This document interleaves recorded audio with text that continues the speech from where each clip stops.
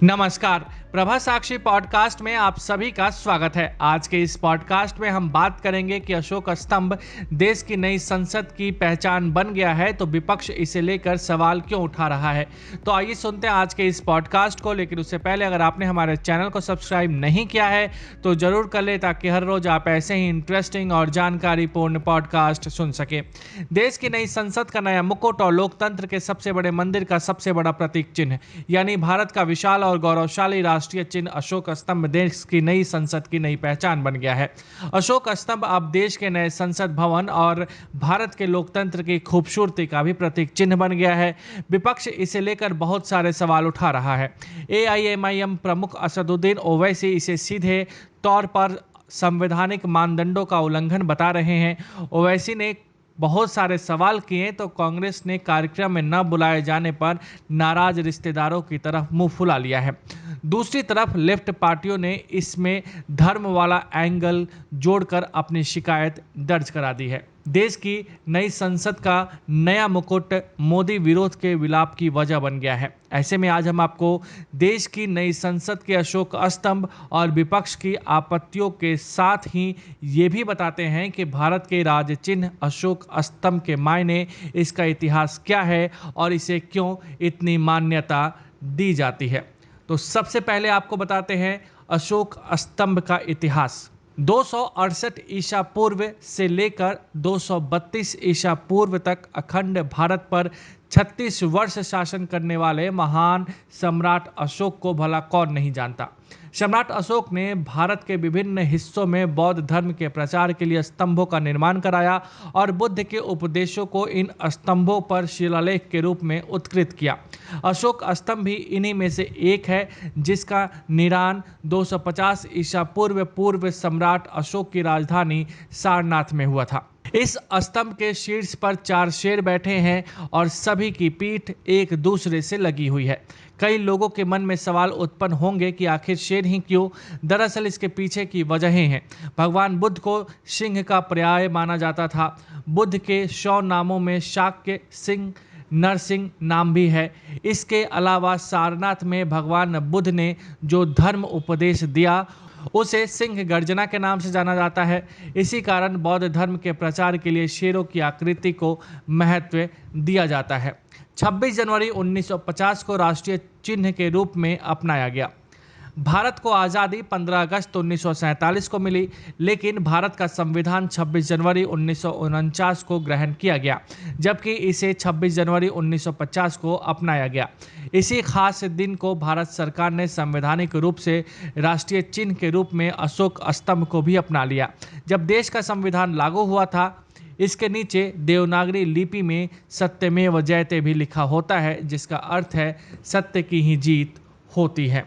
अशोक चक्र की 24 तीलियां। अशोक स्तंभ के चारों शेरों के नीचे अशोक चक्र नजर आता है। इसे भारत के तिरंगे झंडे में भी देखा जाता है। तिरंगे में अशोक चक्र में 24 तीलियां होती हैं। ये बौद्ध चक्र धर्म का चित्रण या यूं कहें कि धम्म चक्र परिवर्तन का चित्रण है। इस चक्र में मौजूद 24 तीलियां इंसान के 24 गुणों को दर्शाती हैं। Lion capital. पूरे अशोक स्तंभ को कमल के फूल की आकृति के ऊपर बनाया गया है। इसमें बनाए गए बड़े स्तंभ को लायन कैपिटल कहा जाता है। बता दें कि 3वीं शताब्दी में इसका निर्माण भारत के महान शासक अशोक ने करवाया था।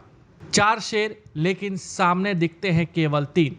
इस स्तंभ में 4 शेर हैं, हालांकि सामने से केवल इसमें 3 ही शेर दिखाई देते हैं, क्योंकि एक शेर की आकृति पीछे की तरफ छिप जाती है। ये 4 शेर शक्ति, साहस, आत्मविश्वास और गौरव के प्रतीक है।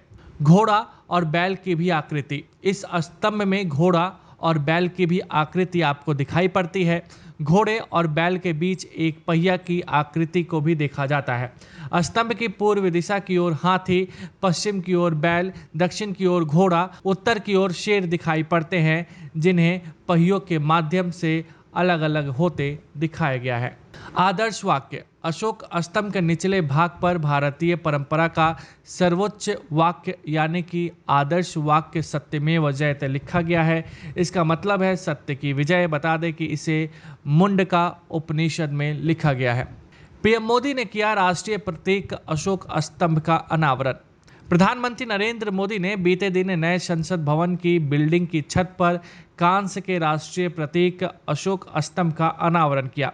संसद भवन की छत पर बने कांस्य के राष्ट्रीय प्रतीक की लंबाई 6.5 मीटर है। इसका वजन 9,500 किलोग्राम बताया जा रहा है, जो कांस्य से बनाया गया है। इसके सपोर्ट के लिए करीब 6500 किलो वजन के एक स्टील की सहायक संरचना का भी निर्माण करवाया गया है।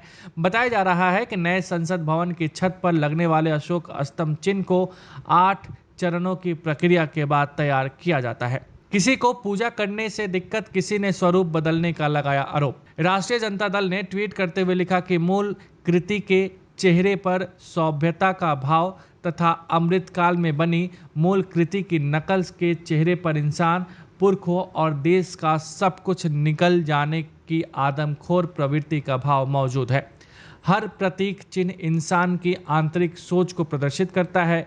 इंसान प्रतीकों के आमजन को दर्शाता है कि उसकी फितरत क्या है। वरिष्ठ वकील और कार्यकर्ता प्रशांत भूषण ने ट्वीट कर लिखा कि गांधी से लेकर गोडसे तक हमारे राष्ट्रीय प्रतीक, जिसमें शेर के शान के साथ शांति से बैठे हैं, से लेकर सेंट्रल विस्टा के निर्माणाधीन नए संसद भवन से शीर्ष के लिए अनावरण किए गए राष्ट्रीय प्रतीक तक, इसमें दांत दिखाते गुस्सैल शेर है।